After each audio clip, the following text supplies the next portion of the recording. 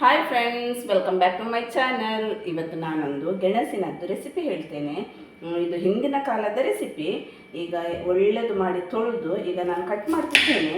ಇದನ್ನು ನಾನು ಕುಕ್ಕರಲ್ಲಿ ಬೇಯಿಸ್ತೇನೆ. ಯಾಕಂದರೆ ಉಂಟಲ್ಲ, ಹೀಗೇ ಬೇಯಿಸಿದ್ರೆ ಮಾತ್ರ ತುಂಬ ಟೇಸ್ಟ್ ಒಳ್ಳೇದು ಬರ್ತದೆ.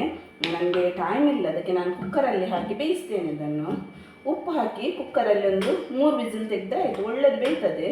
ಮತ್ತು ಇದಕ್ಕೆ ನಾನು ಎಂತ ಆ್ಯಡ್ ಮಾಡ್ತೇನೆ ಅಂತ ಹೇಳ್ತೇನೆ ನಿಮಗೆ.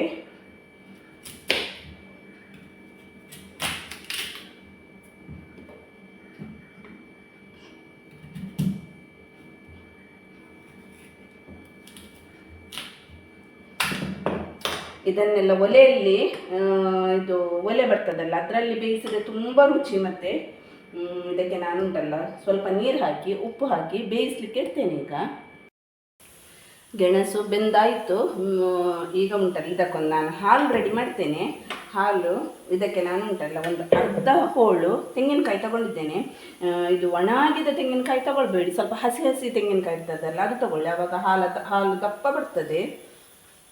ಇದು ನಿಮಗೆ ಕುದಿಸ್ಲಿಕ್ಕಿಲ್ಲ, ಎಂತಸಿಲ್ಲ, ಒಂದು 10 ನಿಮಿಷದಲ್ಲಿ ಇದೆಲ್ಲ ರೆಸಿಪಿ ಆಗ್ತದೆ. ತುಂಬ ಸುಲಭ. ಇದಕ್ಕೆ ನಾನು ಉಂಟಲ್ಲ 2 ಏಲಕ್ಕಿ ಹಾಕಿದ್ದೇನೆ. ಈಗ ಸ್ಮೂತಾಗಿ ಪೇಸ್ಟ್ ಥರ ಮಾಡುವ, ಮತ್ತು ಅದರದ್ದು ಹಾಲು ತೆಗೆದ್ರೆ ಆಯಿತು.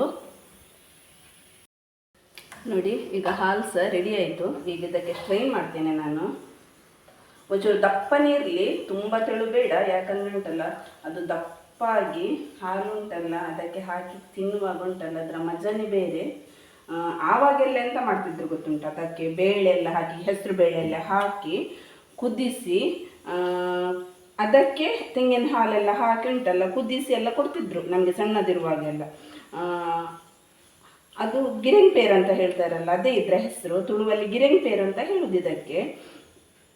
ಈಗ ಉಂಟಲ್ಲ ಅಷ್ಟು ಟೈಮ್ ಇಲ್ಲದವರಿಗೀಗ ಅದು ಸಹ ಒಳ್ಳೇದಾಗ್ತದೆ, ಅದಕ್ಕಿಂತ ರುಚಿ ಜಾಸ್ತಿ ಇದು.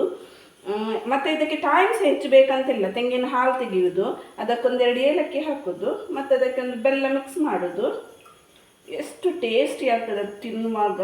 ಏಲಕ್ಕಿ ಫ್ಲೇವರು, ಸಿಹಿ, ಮತ್ತು ಗೆಣಸಿನದು ಸ್ವೀಟ್ ಗೆಣಸು ಹೇಳ್ತಾರಲ್ಲ, ಸ್ವೀಟ್ ಪೊಟ್ಯಾಟೊ ಅಂತ ಹೇಳ್ತಾರಲ್ಲ, ಅದು ನಾನು ಯೂಸ್ ಮಾಡಿದ್ದು. ಆಯಿತು. ಈಗ ಅದಕ್ಕೆ ಸಿಹಿಗೆ ಎಷ್ಟು ಬೇಕು ಅಷ್ಟು ಬೆಲ್ಲ ಹಾಕಿದ್ರೆ ಆಯಿತು. ಸಿಹಿ ನೋಡಿ ಹಾಕಿ ನಿಮ್ಗೆ ಎಷ್ಟು ಬೇಕಂತ. ಅದರ ಏಲಕ್ಕಿದ್ದು ಪರಿಮಳ ಈಗ ಎಷ್ಟು ಬರ್ತಾ ಉಂಟು ಗೊತ್ತುಂಟ.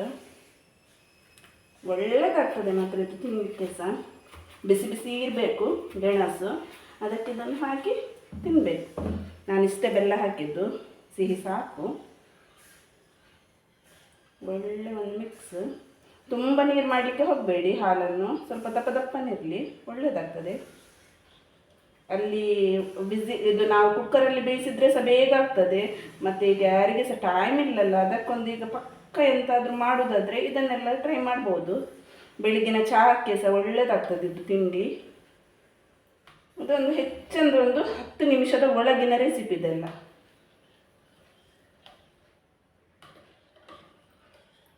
ಈಗ ಇದು ರೆಡಿ ಆಯಿತು. ಈಗ ಹಾಲು ರೆಡಿ ಆಯ್ತಲ್ಲ, ಇದಕ್ಕೆ ಒಂದು ಚೂರು ಉಪ್ಪು ಹಾಕ್ತೇನೆ. ಚೂರು ನಾವು ಎಂಥ ಸ್ವೀಟ್ ಮಾಡುವಾಗ ಸಹ ಒಂಚೂರು ಉಪ್ಪು ಹಾಕಿದರೆ ಟೇಸ್ಟ್ ಡಬಲ್ ಆಗ್ತದೆ. ಸ್ವಲ್ಪ ಸಾಕು, ತುಂಬ ಬೇಡ.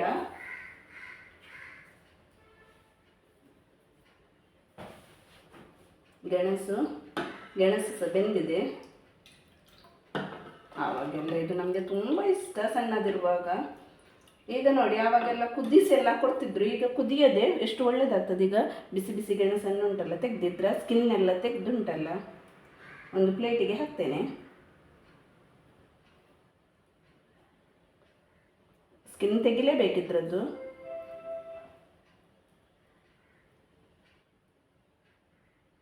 ತುಂಬ ಬಿಸಿ ಉಂಟು.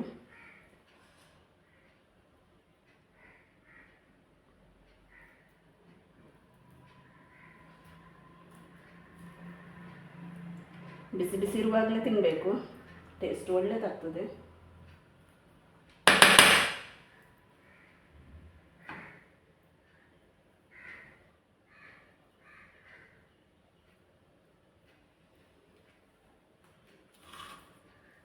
ಈಗ ನಾನು ಸರ್ವ್ ಮಾಡ್ತೇನೆ. ಬಿಸಿ ಬಿಸಿ ಗೆಣಸಿಗೆ ತೆಂಗಿನ ಹಾಲು, ದಪ್ಪ ಇರಬೇಕು ಹಾಲು, ಆವಾಗ ಒಳ್ಳೆಯದಾಗ್ತದೆ ತಿನ್ನಲಿಕ್ಕೆ. ನೀವು ಒಮ್ಮೆ ಟ್ರೈ ಮಾಡಿ ಹೀಗೆ. 10 ನಿಮಿಷದ ರೆಸಿಪಿ, 10 ನಿಮಿಷದ ಒಳಗೆ ಆಗ್ತದೆ. ಕುಕ್ಕರಲ್ಲಿ ಬೇಯಿಸ್ಲಿಕ್ಕೆ ಇಟ್ಟರೆ ಒಂದು 3 ನಿಮಿಷದಲ್ಲಿ ಕುಕ್ಕರ್ ವಿಸಿಲ್ ಬರ್ತದೆ. ಇದು ಒಂದು 5 ನಿಮಿಷದ ಒಳಗೆ ಆಗ್ತದೆ ಹಾಲನ್ನೆಲ್ಲ ಇದು ಮಾಡಿದರೆ. ಆಯಿತು ಫ್ರೆಂಡ್ಸ್, ಇಷ್ಟೇ. ಮಾತ್ರ ತಿನ್ನಲಿಕ್ಕೆ ಅಷ್ಟೇ ಟೇಸ್ಟಿಯಾಗಿರ್ತದೆ. ವಾವ್, ತುಂಬ ಚೆನ್ನಾಗಿದೆ. ನೀವು ಒಮ್ಮೆ ಟ್ರೈ ಮಾಡಿ. ಈ ವಿಡಿಯೋ ಇಷ್ಟ ಆದಲ್ಲಿ ಪ್ಲೀಸ್ ಲೈಕ್ ಮಾಡಿ, ಶೇರ್ ಮಾಡಿ, ಕಮೆಂಟ್ ಮಾಡಿ. ಹಾಗೆ ನನ್ನ ಚಾನಲನ್ನು ಸಬ್ಸ್ಕ್ರೈಬ್ ಮಾಡಿ ವಿಡಿಯೋ ನೋಡಿ. Thank you for watching. Bye.